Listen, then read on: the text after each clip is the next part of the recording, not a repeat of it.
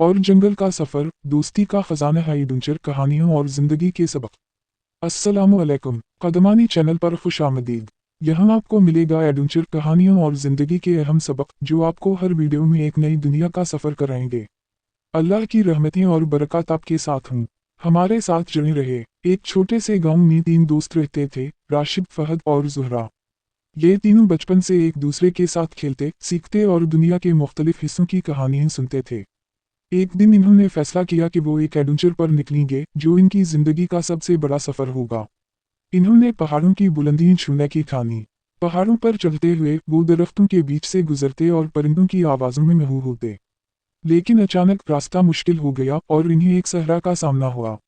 सहरा में मिट्टी की हवाएं चल रही थीं और कोई पनाहगाह नहीं थी।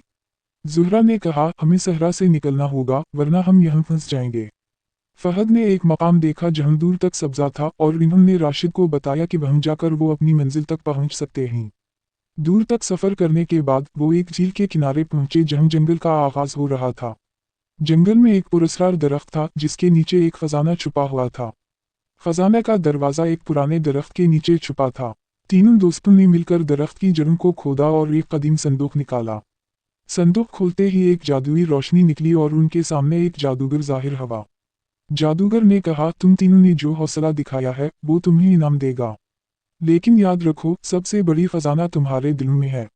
ये बात सुनकर तीनों दोस्त हंसते हुए वापस गांव की तरफ रवाना हो गए, जहां इन्होंने जिंदगी के नए तजुर्बात और दोस्ती की अहमियत सीखी थी।